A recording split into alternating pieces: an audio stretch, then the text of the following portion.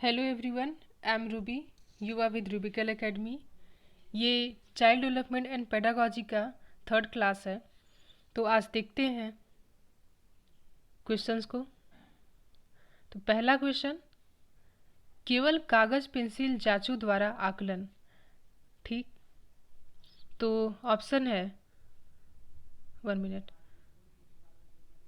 Option है आकलन को सीमित कर देता है, सकल आकलन को बढ़ावा देता है, समग्र मूल्यांकन को सुविधा प्रदान करता है, या निरंतर मूल्यांकन को सुविधा प्रदान करता है।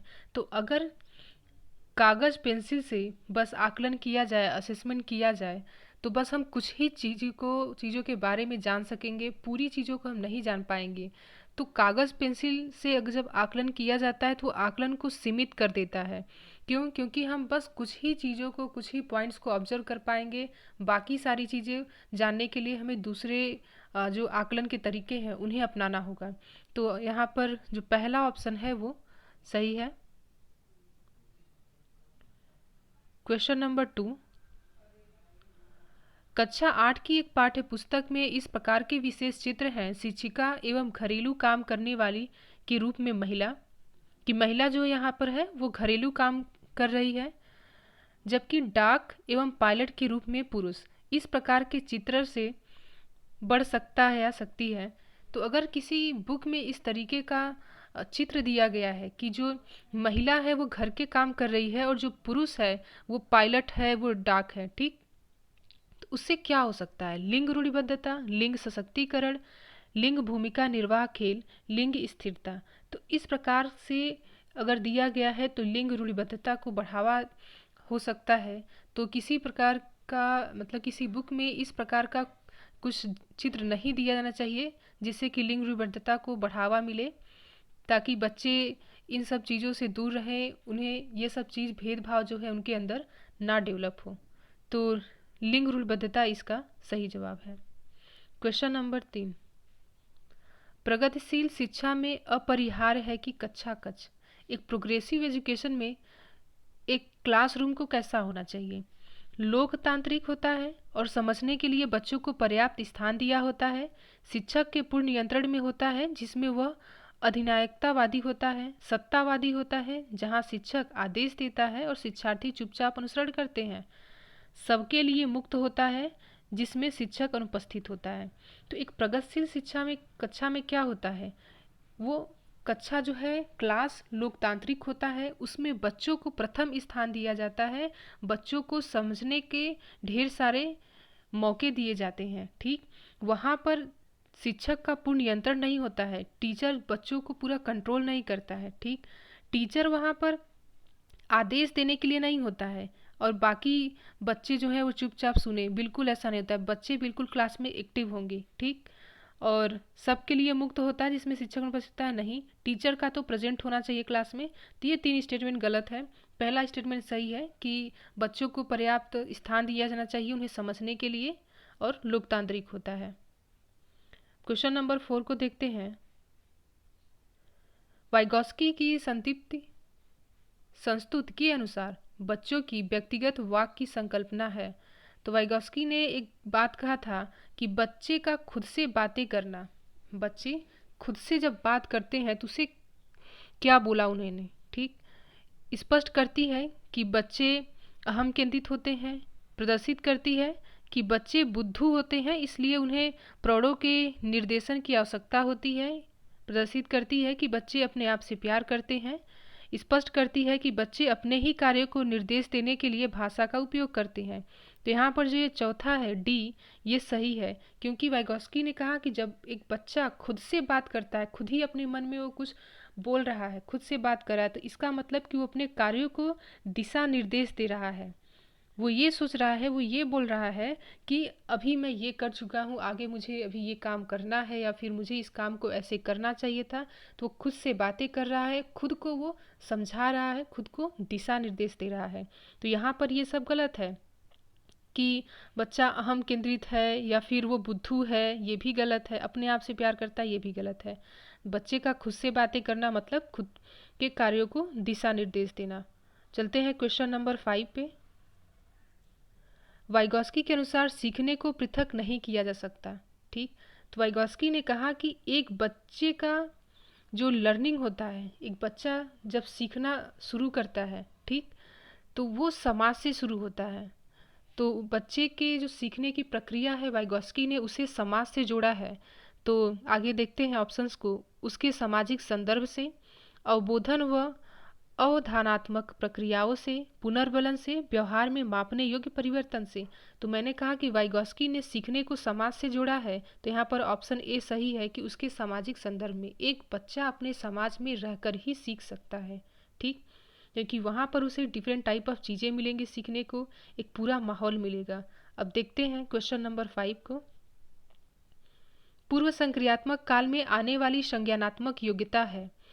तो जीन पियाजे, जिन्होंने 4 स्टेजेस दिए हैं, तो पहला स्टेज था जिसे सेंसरी मोटर संज्ञानात्मक बोला जाता है, फिर है प्री कन्वेंशनल जिसे कि प्राक पूर्व संक्रियात्मक, और फिर है कन्वेंशनल जिसे बोला जाता है मूर्त संक्रियात्मक, फिर है फॉर्मल जिसे औपचारिक संक्रियात्मक बोला जाता है। तो उन्होंने 4 पार्ट में रखा है संज्ञानात्मक योग्यता को। जो सेंसरी मोटर होता है ये 0 से 2 होता है, और जो प्री ऑपरेशनल होता है ये 2 से 6 साल तक का इसमें बच्चा होता है, और कन्वेंशनल जो होता है इसमें 6 से 12 साल के बच्चे होते हैं, और फॉर्मल में 12 से 16 साल तक के बच्चे होते हैं, ठीक। तो जीन पियाजे ने, पियाजे लिख देते हैं हम, पियाजे ने संज्ञानात्मक जो स्तर है इसे 4 पार्ट में रखा है, sensory motor, pre conventional, conventional and formal, ठीक। तो अब देखते हैं कि उन्होंने कहा कि पूर्व संक्रियात्मक काल में कौन सी संज्ञानात्मक योग्यता है। तो अमूर्त चिंतन की योग्यता, तो अमूर्त चिंतन जो है ये फॉर्मल स्टेज में होता है। फॉर्मल स्टेज का बच्चा 12 से 16 साल का बच्चा एक अमूर्त चिंतन रखता है, ठीक। तो ये गलत है यहाँ पे। अभिसंकलनात्मक निष्कर्ष चिंतन ये आपका कन्वेंशनल में आएगा।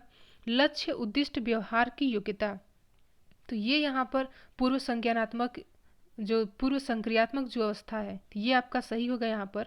और दूसरे के दृष्टिकोण को समझने की योग्यता, तो ये आपका आ जाएगा सी में जो कि कंक्रीट ऑपरेशनल है, ठीक। तो ये भी यहाँ पर गलत है। तो यहाँ पर जो सी ऑप्शन है वो सही है कि लक्ष्य उद्दिष्ट व्यवहार, मतलब कि इसमें क्या होता है कि एक बच्चा खुद से किसी चीज़ को करके देखना चाहता है, ठीक, कि वो अपने हाथों से किसी चीज़ को करके सीखना चाहता है। वो ऐसे किसी को सुन के नहीं, खुद अपने हाथों से हैंड ऑन एक्टिविटी करके वो सीखना चाहता है। तो ये पूर्व संक्रियात्मक काल का एक लक्षण है।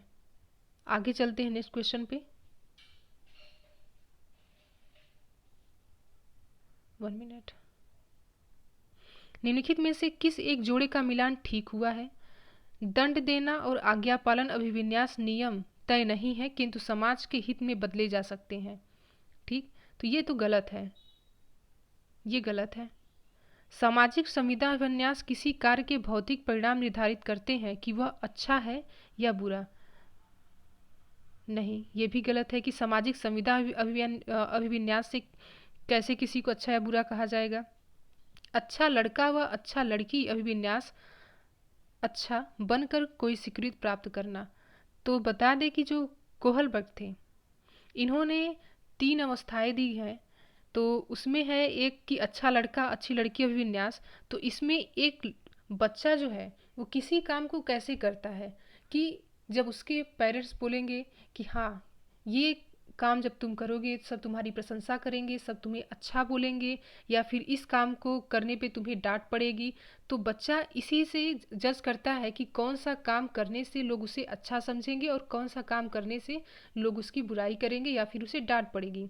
तो वो अच्छा लड़का, एक अच्छे बच्चे का उसे आदत सिखाया जाता है कि अच्छे बच्चे होने के लिए तुम्हें ये करना पड़ेगा। तो यहाँ पर जो सी है वो सही है, ये सही है। और डी में क्या दिया गया? नियम और आदेश अभिविन्यास मानवाधिकारों के आधार पर नैतिक सिद्धांत स्वयं चुने जाते हैं, ये भी नहीं है। यहाँ पर जो सी है वो यहाँ पर सही ऑप्शन है, सही मिलान है। अब देखते हैं क्वेश्चन नंबर 7 को। 8, पियाजे के अनुसार विकास को प्रभावित करने में निम्नलिखित में से किसकी भूमिका महत्वपूर्ण है? पियाजे के अनुसार विकास को प्रभावित करने के लिए भाषा, पुनर्बलन, भौतिक विश्व के साथ अनुभव या अनुकरण। तो बता दें कि जीन पियाजे ने कहा था कि एक बच्चे को सीखने के लिए पहले तो उसे अपने समाज में मतलब जो इन्वायरमेंट है, इन्वायरमेंट के साथ उसे छोड़ देना चाहिए कि वो वहाँ से खुद सीखे। तो वो खुद किसी चीज़ को करके सीखे, खुद वो अनुभव ले, एक्सपीरियंस ले, कि इसके बजाय कि कोई उसे और दूसरा कोई उसे बताए, नहीं, वो खुद से करके एक्सपीरियंस ले, खुद से करके वो चीज़ों को समझे। तो भौतिक विश्व के साथ अनुभव होना बहुत ज़रूरी है पियाजे के अनुसार। तो इन्होंने यही कहा था कि विकास को प्रभावित करने के लिए भौतिक विश्व के साथ अनुभव होना ये ज़रूरी है, कि यहाँ पर बच्चा खुद से किसी चीज़ को करके सीखेगा, एक्सपीरियंस लेगा। क्वेश्चन नंबर 9, अधिगम निर्योग्यता वाले बच्चे कि लर्निंग डिसेबिलिटी वाले बच्चे कैसे होते हैं? बहुत बुद्धिमान था परिपक्व होते हैं? नहीं, ये लर्निंग डिसेबिलिटी वाले बच्चों का डिफिनीशन नहीं है। बहुत सक्रिय होते हैं लेकिन उनकी बुद्धि लब्धि कम होती है। आगे देखते हैं, कुछ भी नहीं सीख सकते, ये भी गलत है, बिल्कुल गलत है। ये कहा ही नहीं जा सकता कि कोई बच्चा कुछ भी नहीं सीख सकता है। अधिगम के कुछ पक्षों से संघर्ष करते हैं, नहीं, वो कितने पक्षों से संघर्ष करेंगे? देखिए, अधिगम निरोधकता की बात कही गई है, तो जरूरी नहीं है कि एक बच्चा इसमें एकदम उसका बुद्धि लब्धि जीरो, बुद्धि लब्धि उसका कम होगा, उसका आईक्यू लेवल कम होगा, लेकिन वो सक्रिय होगा, वो बहुत ज़्यादा एक्टिव होगा अपने क्लास में। कि जरूरी नहीं कि उसका आईक्यू लेवल कम है तो वो बहुत ज़्यादा मतलब अपने क्लास में एक्टिव नहीं होगा, नहीं, आईक्यू लेवल कम होने के बावजूद वो क्लास में सबसे एक्टिव बच्चा हो सकता है। ठीक, तो एक लर्निंग डिसेबिलिटी वाले बच्चे की ये पहचान है कि बहुत सक्रिय होते हैं लेकिन उनकी बुद्धि लब्धि कम होती है। देखते हैं क्वेश्चन नंबर 10 को।